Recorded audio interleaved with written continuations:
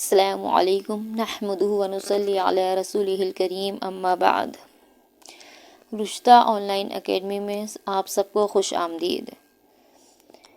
حضرت سلمان رضی اللہ عنہ کہتے ہیں کہ نبی کریم صلی اللہ علیہ وسلم نے شعبان کی آخری تاریخ میں ہم لوگوں کو نصیحت فرمائی کہ تمہارے اوپر ایک مہینہ آ رہا ہے جو بہت بڑا مہینہ ہے، بہت مبارک مہینہ ہے۔ اس میں ایک رات ہے شب قدر جو ہزاروں مہینوں سے بڑھ کر ہے۔ اللہ تعالیٰ نے اس کے روزوں کو فرض فرمایا اور اس کے رات کے قیام یعنی تراویح کو ثواب کی چیز بنایا ہے۔ جو شخص اس مہینے میں کسی نیکی کے ساتھ اللہ کا قرب حاصل کرے وہ ایسا ہے جیسا کہ غیر رمضان میں فرض ادا کیا، اور جو شخص اس مہینے میں کسی فرض کو ادا کرے وہ ایسا ہے جیسا کہ غیر رمضان میں 70 فرض ادا کیے۔ یہ مہینہ صبر کا مہینہ ہے اور صبر کا بدلہ جنت ہے، اور یہ مہینہ لوگوں کے ساتھ غمخواری کرنے کا ہے۔ اس مہینے میں مومن کا رزق بڑھا دیا جاتا ہے۔ جو شخص کسی روزے دار کا روزہ افطار کرائے اس کے لیے گناہوں کے معاف ہونے اور آگ سے خلاصی کا سبب ہوگا، اور روزے دار کے ثواب میں سے کچھ بھی کم نہیں کیا جائے گا۔ صحابہ کرام رضی اللہ تعالیٰ عنہم نے عرض کیا کہ یا رسول اللہ، ہم میں سے ہر شخص تو اتنی طاقت نہیں رکھتا کہ روزے دار کو افطار کرائے، تو آپ صلی اللہ علیہ وسلم نے ارشاد فرمایا کہ پیٹ بھر کھلانے پر موقوف نہیں، کہ یہ ثواب جو ہے پیٹ بھر کے کھلانے پر نہیں ہے، بلکہ یہ ثواب تو حق تعالی شانہ ایک کھجور سے کوئی افطار کرا دے یا ایک گھونٹ پانی پلا دے یا ایک گھونٹ لسی پلا دے اس پر بھی مرحمت فرماتے ہیں۔ یہ ایسا مہینہ ہے کہ اس کا اول حصہ اللہ کی رحمت ہے، درمیانی حصہ مغفرت ہے اور آخری حصہ آگ سے آزادی۔ جو شخص اس مہینے میں ہلکا کر دے اپنے غلام اور خادم کے بوجھ کو تو حق تعالی شانہ اس کی مغفرت فرماتے ہیں اور آگ سے آزادی فرماتے ہیں۔ اور 4 چیزوں کی اس میں کثرت رکھا کرو، جن میں سے 2 چیزیں اللہ تعالیٰ کی رضا کے واسطے اور 2 چیزیں ایسی ہیں جن کے بغیر تمہارا گزارا ہی نہیں۔ پہلی 2 چیزیں جو اپنے رب کو راضی کرنے کے لیے ہیں وہ کلمہ طیبہ اور استغفار کی کثرت، اور 2 چیزیں جن کے بغیر چارہ ہی نہیں ہیں، وہ پہلی جنت کی طلب اور دوسرا جہنم سے پناہ۔ جو شخص کسی روزے دار کو پانی پلائے حق تعالی شانہ قیامت کے دن اس کو میری حوض سے ایسا پانی پلائیں گے جس کے بعد جنت میں داخل ہونے تک پیاس نہیں لگے گی۔ اس حدیث سے ہمیں چند باتیں معلوم ہوتی ہیں۔ پہلی یہ کہ شعبان کے آخر میں نبی کریم صلی اللہ علیہ وسلم صحابہ کرام کو رمضان کے فضائل بتا رہے ہیں اور نیک اعمال کرنے کی ترغیب دے رہے ہیں کہ اس میں نیک اعمال زیادہ سے زیادہ کیے جائیں۔ کیا فرما رہے ہیں آپ کہ تم پر ایک مہینہ آ رہا ہے۔ کیسا مہینہ ہے؟ بہت بڑا مہینہ ہے، بہت مبارک مہینہ ہے۔ اللہ تعالیٰ نے اس کے روزے کو فرض فرمایا ہے اور اس کے رات کے قیام یعنی تراویح کو ثواب کی چیز بنایا ہے۔ جو شخص اس مہینے میں کسی نیکی کے ساتھ اللہ کا قرب حاصل کرے تو وہ ایسا ہے جیسا کہ غیر رمضان میں اس نے فرض ادا کیا۔ ایک نیکی کا ثواب اتنا بڑھ جاتا ہے کہ وہ فرض تک پہنچ جاتا ہے۔ ایک نفل کا ثواب فرض کے برابر ہو جائے گا اور فرض 70 فرض تک ہو جاتا ہے۔ اور جو اس مہینے میں فرض ادا کرے وہ ایسا ہے جیسا کہ غیر رمضان میں 70 فرض ادا کیے۔ تو ہمیں اس مہینے میں فرضوں کی ادائیگی کے ساتھ ساتھ فرضوں کی پابندی کے ساتھ ساتھ نوافل نمازوں کا بھی اہتمام کرنا چاہیے، کیونکہ جب اللہ تبارک و تعالیٰ اس مہینے میں اپنی رحمتوں کی بارش کر رہے ہیں، اتنے زیادہ انعامات، اتنی نیکیاں برس رہی ہیں اللہ کی، تو ہمیں بھی اپنی نیکیاں بڑھا دینی چاہیے۔ جب اللہ تعالیٰ اتنا زیادہ ثواب دے رہے ہیں تو ہمیں اپنی نیکیوں کو بڑھا دینا چاہیے۔ خاص کر تہجد کا اہتمام ضرور کریں۔ رمضان میں تہجد کا پڑھنا بہت زیادہ آسان ہو جاتا ہے۔ جب بندہ سحری میں اٹھ رہا ہے تو 15 منٹ پہلے اٹھ جائے، وضو کر لے، تہجد ادا کرے، دعائیں مانگے، پھر سحری کھا لے تو کچھ بھی مشکل نہیں۔ جب سحری میں اٹھنا ہے تو 10-15 منٹ زیادہ ہم نے بڑھا دیے، پہلے اٹھ گئے تو انشاءاللہ تہجد بھی مل جائے گی اور دعا مانگنے کا موقع بھی مل جائے گا۔ اس کے ساتھ ساتھ اشراق ادا کریں، چاشت اوابین کا بھی اہتمام کریں۔ اپنی اپنی مصروفیات میں سے ہمیں کچھ وقت نکال کر صلاۃ التسبیح بھی ادا کرنی ہے۔ صلاۃ التسبیح ادا کریں۔ اگر روز نہیں کر سکتے تو ہفتے میں کم از کم 1 مرتبہ کر لیں۔ اگر ہفتے میں 1 مرتبہ بھی نہیں کر سکتے تو کوشش کریں کہ پورے رمضان میں 1 مرتبہ صلاۃ التسبیح کی نماز تو ہم ضرور ہی پڑھ لیں انشاءاللہ۔ آگے آپ نے کیا فرمایا کہ یہ مہینہ صبر کا مہینہ ہے اور صبر کا بدلہ جنت ہے۔ پھر فرمایا کہ غم خواری کا مہینہ ہے، یعنی غربا اور مساکین کے ساتھ برابری کرنے کا، غربا اور مساکین کی مدد کرنے کا مہینہ ہے۔ اگر ہم 10 چیزیں اپنی افطاری کے لیے تیار کر رہے ہیں تو کم از کم 3-4 چیزیں غربا کے لیے بھی ہونی چاہیے۔ حضرت عمر رضی اللہ تعالیٰ عنہ نبی کریم صلی اللہ علیہ وسلم کا ارشاد نقل کرتے ہیں، آپ نے ارشاد فرمایا، میری امت میں ہر وقت 500 برگزیدہ بندے رہتے ہیں۔ برگزیدہ یعنی چنے ہوئے بندے، اللہ کے کچھ خاص منتخب کیے ہوئے بندے 500 ہر وقت موجود رہتے ہیں، اور 40 ابدال رہتے ہیں۔ جب ان میں سے کوئی بھی مر جاتا ہے تو فوراً دوسرا اس کی جگہ لے لیتا ہے۔ صحابہ کرام نے عرض کیا کہ یا رسول اللہ، ان لوگوں کے خصوصی اعمال کیا ہیں کہ وہ اتنی بڑی دنیا میں صرف 500 لوگ اللہ کے چنے ہوئے ہیں اور 40 ابدال ہیں، تو ان کے اعمال کون سے ایسے خاص ہیں، کون سے خاص کام کرتے ہیں؟ تو آپ نے ارشاد فرمایا کہ ظلم کرنے والے سے درگزر فرماتے ہیں، برائی کا معاملہ کرنے والے سے بھی احسان کرتے ہیں، اور اللہ کے عطا کیے ہوئے رزق میں سے بھی لوگوں کے ساتھ ہمدردی اور غمخواری کا معاملہ کرتے ہیں۔ آپ نے ان کی کون سی 3 صفتیں بتائیں جن صفتوں کی وجہ سے وہ اللہ کے اتنے خاص بندے ہیں؟ پہلا یہ کہ ظلم کرنے والے کے ساتھ درگزر کر دیتے ہیں، اسے معاف کر دیتے ہیں۔ برائی کا کوئی ان کے ساتھ معاملہ کر رہا ہے تو اس کے ساتھ بھی وہ احسان کرتے ہیں، اور جو اللہ نے ان کو دیا ہے اس میں سے وہ لوگوں کے ساتھ بانٹتے ہیں، خرچ کرتے ہیں، ان کے ساتھ ہمدردی و غمخواری کرتے ہیں۔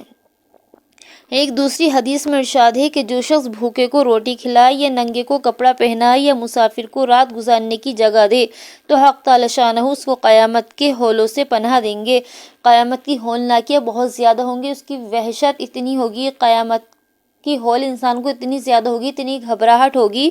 تو اگر کوئی شخص کسی کو بھوکے کو کھانا کھلا دے یا ننگے کو کپڑا پہنا دے یا مسافر کو رات گزارنے کی جگہ دے دے تو اللہ تعالیٰ قیامت کی ہولناکیوں سے اس کو پناہ دے دیتے ہیں۔ اس لیے ہمیں غربا مساکین کے ساتھ ہمدردی کرنی ہے۔ اگر کوئی بھوکا ہے تو اس سے کھانا کھلا دیں، کوئی غریب ہے اسے کپڑا دے دیں، اور کوئی مسافر ہے اگر اس کے رات گزارنے کی کہیں جگہ نہیں ہے، کوئی انتظام نہیں ہے تو اپنے یہاں اس کی رات گزروا دیں۔ آگے فرمایا، اس مہینے میں مومن کا رزق بڑھا دیا جاتا ہے۔ عام طور پہ بھی دیکھا جاتا ہے کہ رمضان میں ہمیں اتنی چیزیں میسر ہو جاتی ہیں جو غیر رمضان میں نہیں ہوتی۔ کچھ چیزیں تو ایسی ہوتی ہیں جو صرف ہمیں رمضان میں ہی مل جاتی ہیں، رمضان کی برکت سے، غیر رمضان میں بالکل نہیں ملتی۔ تو مومن کا رزق اس مہینے میں بڑھا دیا جاتا ہے۔ اب ہم یہ بھی نہیں کریں کہ رزق بڑھا دیا گیا اور ہمیں اتنی زیادہ چیزیں مل رہی ہیں تو ہم اتنا زیادہ شکم سیر ہو کے کھا لیں، افطاری اتنی پیٹ بھر کے کر لیں کہ بالکل گنجائش ہی نہ رہے، اس کے بعد نہ مغرب پڑھنے کی ہمت ہو اور نہ کچھ اذکار کرنے کی، تلاوت کرنے کی ہمت باقی رہے، یا سحری اتنی پیٹ بھر کے کھا لیں کہ پھر ایک دم لیٹ کر سو جائیں، کچھ ہوش نہیں، فرض نماز کا، نفل کا، ذکر و اذکار کا، کسی چیز کا ہوش نہ رہے۔ بلکہ ہمیں اپنے پیٹ میں تھوڑی گنجائش رکھنی ہے، پیٹ کو خالی رکھنا ہے۔ ہمارے سامنے کتنی ہی چیزیں آ جائیں تو ہمیں اپنے پیٹ کو تھوڑا خالی رکھنا ہے، کیونکہ روزے کا مقصد ہی یہی ہے۔ اللہ تعالیٰ چاہتے ہیں کہ بندہ بھوکا رہے، بھوکا پیاسا رہ کر اس کے اندر جو فرشتوں کا نور ہے وہ اس کے اندر پیدا ہو جائے۔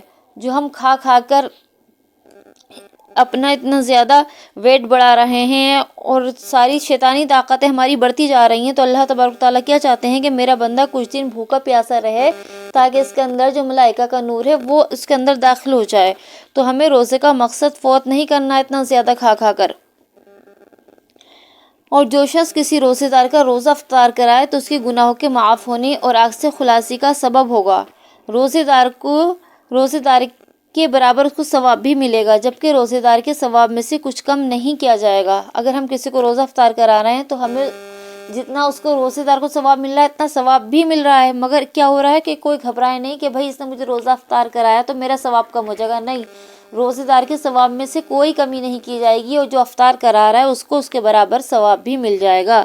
تو صحابہ کرام کیا عرض کر رہے ہیں کہ یا رسول اللہ، ہم میں سے تو ہر کوئی شخص اتنی گنجائش ہی نہیں رکھتا کہ ہم کسی کو پیٹ بھر کے کھانا کھلا دیں، پیٹ بھر کر افطار کرا دیں۔ تو آپ نے کیا ارشاد فرمایا کہ یہ ثواب جو ہے پیٹ بھر کے کھلانے پر نہیں ہے، بلکہ یہ ثواب تو حق تعالی شانہ اس کو بھی عطا کر دیتے ہیں جو ایک کھجور کھلا دے یا ایک گھونٹ پانی ہی پلا دے۔ سبحان اللہ، قربان جائیں اس پیارے اللہ پر جو اپنے بندے سے اتنا پیار کرتا ہے اور اتنے نوازنے کے بہانے ڈھونڈتا ہے کہ بس ایک کھجور کھلانے پر یا ایک گھونٹ پانی پلانے پر بھی اتنا ثواب دے رہا ہے، جتنا روزے دار کو صبح سے شام تک بھوکے رہ کر تمام گناہوں سے بچ کر روزے کو جب تک وہ خراب نہیں کر رہا اس کی حفاظت کر رہا ہے، جب وہ ثواب اس کو مل رہا ہے۔ تو اللہ تعالیٰ اتنا ثواب کیوں دے رہے ہیں ایک کھجور پر بھی، ایک گھونٹ پانی پر بھی؟ تاکہ کوئی غریب سے غریب بھی محروم نہ رہے، ہر کوئی اس ثواب کو حاصل کر سکے۔ کسی کے پاس اگر پیسہ نہیں ہے اچھے سے اچھا نہیں کھلا سکتا تو کم از کم ایک گلاس پانی تو پلا سکتا ہے، اس میں تو کچھ خرچ نہیں ہو رہا اس کا، تو وہ بھی ثواب کو پا سکتا ہے۔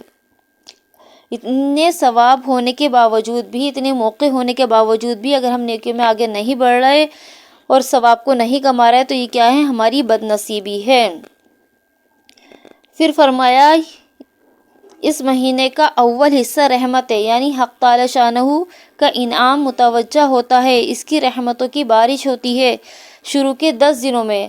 تو یہ رحمت سب مسلمانوں کے لیے عام ہوتی ہے، یہ نہیں کہ بس خاص رحمت ہے، یہ خاص لوگوں کو مل رہی ہے، نہیں، بلکہ یہ 10 دنوں میں جو رحمت ہے یہ اللہ تعالیٰ کی رحمت عام ہوتی ہے سب کے لیے۔ اس کے بعد جو لوگ اللہ کا شکر ادا کرتے ہیں تو ان کے لیے اس میں اضافہ کیا جاتا ہے اور درمیانی حصے سے مغفرت شروع ہو جاتی ہے۔ جو روزے رکھ رہے ہیں، اللہ کے قریب ہو رہے ہیں، اللہ سے لو لگا رہے ہیں، تو پھر کیا ہوتا ہے؟ مغفرت ہونا 10 دن کے بعد شروع ہو جاتی ہے، اس لیے کہ روزے کا کچھ حصہ گزر چکا ہے، اس کا معاوضہ اور اکرام مغفرت کے ساتھ شروع ہو جاتا ہے۔ پھر رمضان کا آخری حصہ تو وہ بالکل آگ سے خلاصی کا ہے۔ بہت ہی بد نصیب انسان ہے وہ انسان جو رمضان کا مہینہ پائے اور پھر بھی اپنی مغفرت نہ کرا لے۔ کعب بن عجرہ کہتے ہیں کہ ایک مرتبہ نبی کریم صلی اللہ علیہ وسلم نے ارشاد فرمایا کہ ممبر کے قریب ہو جاؤ۔ ہم لوگ حاضر ہو گئے۔ جب حضور اقدس صلی اللہ علیہ وسلم نے ممبر کے پہلے درجے پر قدم مبارک رکھا تو فرمایا آمین، جب دوسرے پر قدم رکھا تو پھر فرمایا آمین، جب تیسرے پر قدم رکھا تو پھر فرمایا آمین۔ جب آپ خطبے سے فارغ ہو کر نیچے اترے تو ہم نے عرض کیا کہ ہم نے آج آپ سے ممبر پر چڑھتے ہوئے ایسی بات سنی جو پہلے کبھی نہیں سنی تھی۔ آپ نے ارشاد فرمایا کہ اس وقت جبرائیل علیہ السلام میرے سامنے آئے تھے۔ جب پہلے درجے پر میں نے قدم رکھا تو انہوں نے کہا کہ ہلاک ہو وہ شخص جس نے رمضان کا مبارک مہینہ پایا پھر بھی اس کی مغفرت نہ ہوئی۔ میں نے کہا آمین۔ پھر جب میں دوسرے درجے پر چڑھا تو انہوں نے کہا ہلاک ہو وہ شخص جس کے سامنے ذکر مبارک ہو اور وہ درود نہ بھیجے۔ میں نے کہا آمین۔ جب تیسرے درجے پر چڑھا تو انہوں نے کہا ہلاک ہو وہ شخص جس کے سامنے والدین یا ان میں سے کوئی ایک بڑھاپے کو پائے اور وہ اس کو جنت میں داخل نہ کرائے۔ میں نے کہا آمین۔ اس حدیث میں جبرائیل علیہ السلام نے 3 بد دعائیں دی ہیں اور حضور اقدس صلی اللہ علیہ وسلم نے تینوں پر آمین فرمایا۔ پہلی بات تو کہ جبرائیل علیہ السلام جیسے مقرب فرشتے کی بد دعا ہی کیا کم تھی، پھر حضور اقدس صلی اللہ علیہ وسلم کا آمین کہنا تو کتنی سخت بد دعا بن گئی۔ ظاہر ہے اللہ تعالیٰ ہی ہمیں اپنے فضل سے محفوظ رکھ سکتا ہے۔ ایک دوسری حدیث میں نبی کریم صلی اللہ علیہ وسلم نے ارشاد فرمایا کہ 4 چیزوں کی اس میں کثرت کیا کرو، 4 چیزوں کی کثرت کیا کرو۔ پہلی 2 چیزیں جن سے تم اپنے رب کو راضی کرو اور 2 چیزیں ایسی ہیں جن کے بغیر تمہیں چارہ کار نہیں۔ پہلی چیز رب کے واسطے وہ کلمہ طیبہ کی کثرت اور دوسری استغفار کی کثرت ہے۔ کلمہ طیبہ کے بارے میں آتا ہے کہ سب سے افضل ذکر کیا ہے؟ کلمہ طیبہ کا پڑھنا ہے۔ موسیٰ علیہ السلام نے ایک مرتبہ اللہ تعالیٰ سے عرض کیا کہ اے اللہ، میں کوئی ایسا ذکر کرنا چاہتا ہوں جو خاص صرف میرے لیے ہی ہو، تو اللہ تعالیٰ نے فرمایا کہ لا الہ الا اللہ پڑھا کرو۔ تو انہوں نے عرض کیا کہ اللہ یہ کلمہ تو سارے ہی بندے کہتے ہیں، میں تو کوئی ایسا ذکر یا دعا خاص چاہتا ہوں۔ تو اللہ تعالیٰ نے ارشاد فرمایا اے موسیٰ، اگر 7 آسمان اور ان کے برابر تمام ہی چیزیں، جتنی آسمانوں میں چیزیں ہیں اور 7 آسمان بھی ساتھ میں اور سب فرشتے میرے علاوہ جتنی مخلوق سب ایک پلڑے میں رکھ دی جائے اور دوسری پلڑے میں کلمہ طیبہ رکھا جائے تو وہی جھک جائے گا۔ یہ کلمہ اتنا وزنی ہے اور اتنا خاص ہے کہ اگر یہ ایک پلڑے میں رکھا جائے اور ایک پلڑے میں پوری دنیا کی تمام چیزیں رکھ دی جائیں آسمانوں کی بھی، تو تب بھی کلمہ طیبہ والا پلڑا ہی بھاری ہوگا۔ تو ہمیں رمضان المبارک کے مہینے میں اس کلمے کی کثرت کرنی ہے اور دوسری استغفار کی کثرت کرنی ہے۔ استغفار بھی بہت زیادہ ضروری ہے، جو بھی ہمارے روزے میں کمی ہو رہی ہے، اعمال میں کمی ہو رہی ہے، اس کو دور کرنے کے لیے احادیث میں استغفار کی بہت زیادہ فضیلت آئی ہے۔ ایک حدیث میں ہے کہ جو شخص استغفار کی کثرت رکھتا ہے تو اللہ تعالیٰ ہر تنگی میں اس کے لیے راستہ نکال دیتے ہیں، ہر غم سے اسے خلاصی نصیب فرماتے ہیں اور اسے روزی اس طرح پہنچاتے ہیں کہ اسے غمان بھی نہیں ہوتا، ایسی جگہ سے اسے رزق دیتے ہیں جہاں سے وہ سوچ بھی نہیں سکتا۔ دوسری حدیث میں فرمایا گیا کہ بہترین گنہگار وہ ہے جو توبہ کرتا ہے۔ تو اس لیے ہمیں استغفار کی کثرت کرنی ہے، کلمہ طیبہ کی کثرت کرنی ہے، اور 2 چیزیں جو ہمارے ہی واسطے ہیں اس میں سے پہلی چیز جنت کی طلب کرنی ہے، اور دوسری چیز جہنم سے پناہ مانگنی ہے۔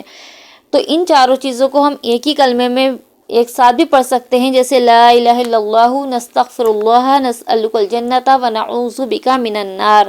تو اس کی ہم کثرت کرتے رہیں تو اس میں انشاءاللہ چاروں ہی چیز آ گئیں، اللہ تعالی ہمیں چاروں ہی چیزوں کی فضیلت نصیب کر دیں گے۔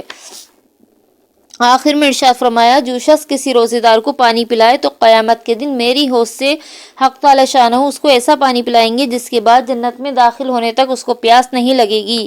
سبحان اللہ، قربان جائیں پیارے اللہ پر، صرف پانی پلانے پر اتنا بڑا ثواب۔